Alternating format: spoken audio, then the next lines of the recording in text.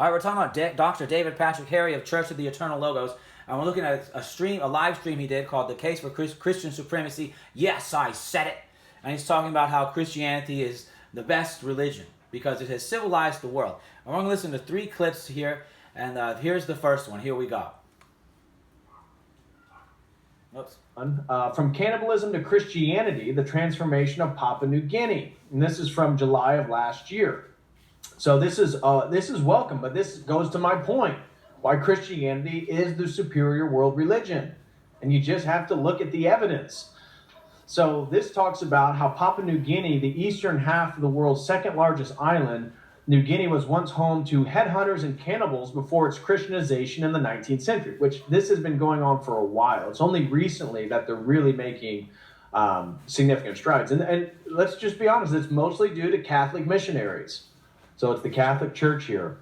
Okay, so now we're going to skip to the next section, and I want you to pay attention. And remember, he said that Papua New Guinea has become civilized because they become Christianized. No more headhunters and cannibals. They become Christianized due to the influence of Catholic missionaries. Therefore, he's saying that Catholics are Christians, right? Is that not the takeaway from that?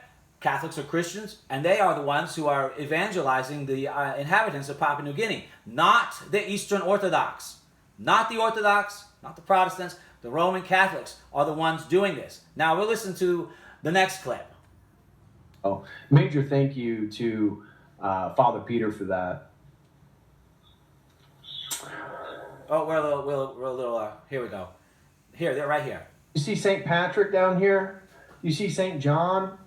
You see St. Maximus the Confessor? We're Orthodox, bro.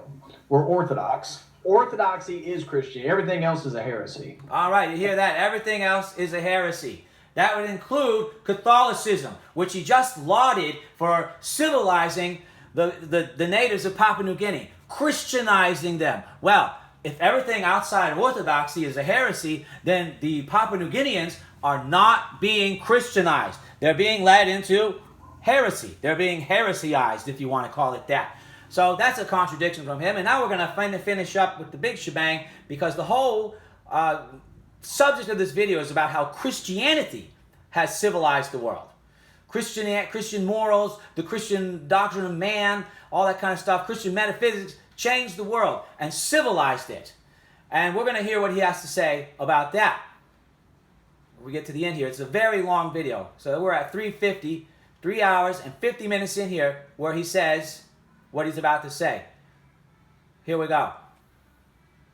That we as Christians, especially Orthodox Christians, so let me specify, we as Orthodox, we have nothing to be ashamed of. Nothing to be ashamed of.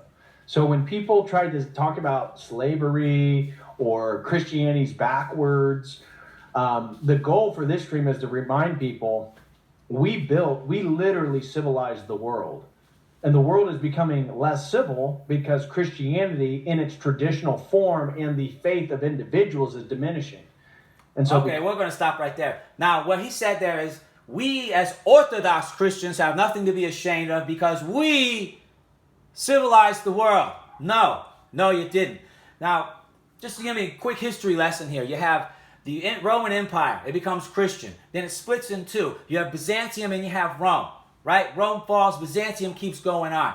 Rome becomes the Holy Roman Empire. You got Charlemagne and all that. And over in the east, you have the emperors over there. And then eventually you have the Ottoman Empire conquering Constantinople and stamping out, as it were, basically almost Eastern Orthodoxy. And Eastern Orthodoxy goes north to the Slavonic areas. It had done missionary work there, and basically regresses into Moscow. Moscow becomes the third Rome. The Orthodox love to talk about Moscow being the third Rome.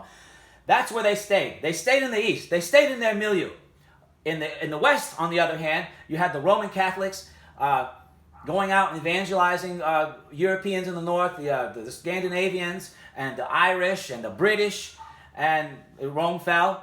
And then eventually, you have the Age of Exploration. And what happens in the Age of Exploration? The Roman Catholics go out and they civilize the world. They're the ones that go into Africa. They're the ones that go into the Americas. They're the ones that come here to this nation, the Philippines. The only Christian nation in all of Southeast Asia is the Philippines, because the Spanish civilized, colonized, took over this nation and imposed its religion upon them.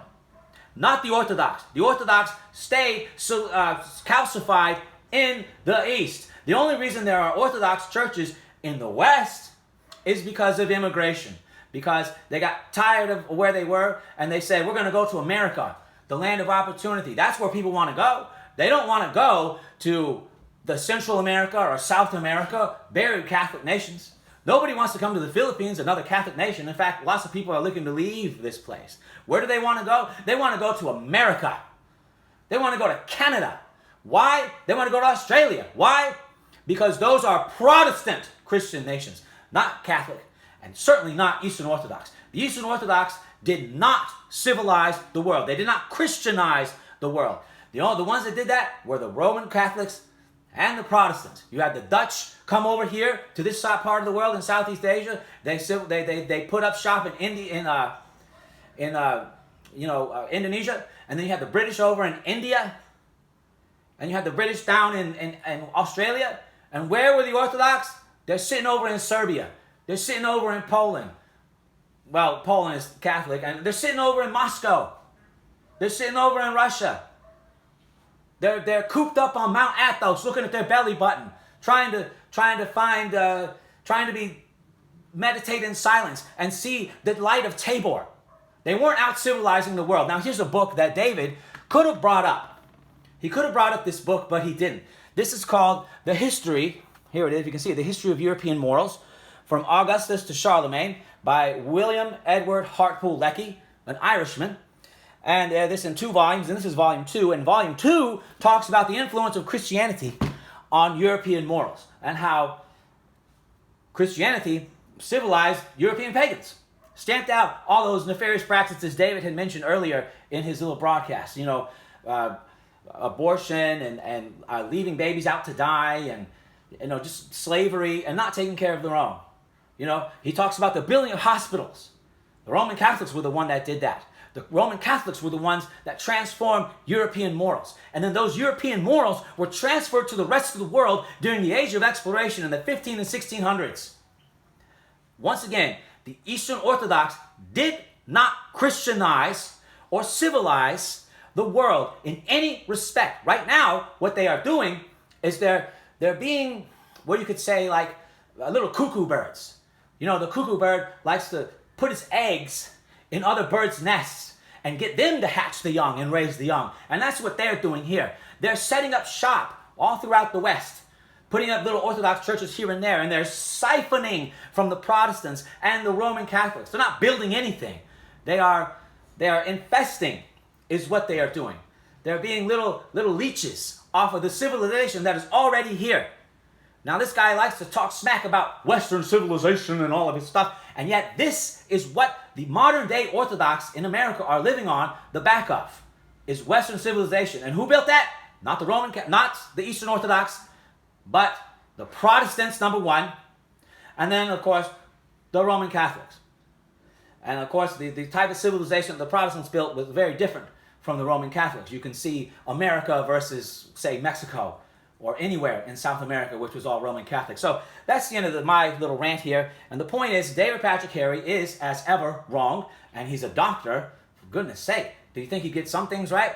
The Orthodox did not build civilization. They did not civilize the world. They didn't even go out into the world. It was Europeans, Western Europeans, who got in their ships, and for the glory of God, civilized and Christianized the world. The Eastern Orthodox has no part in that. Full stop. Bye-bye.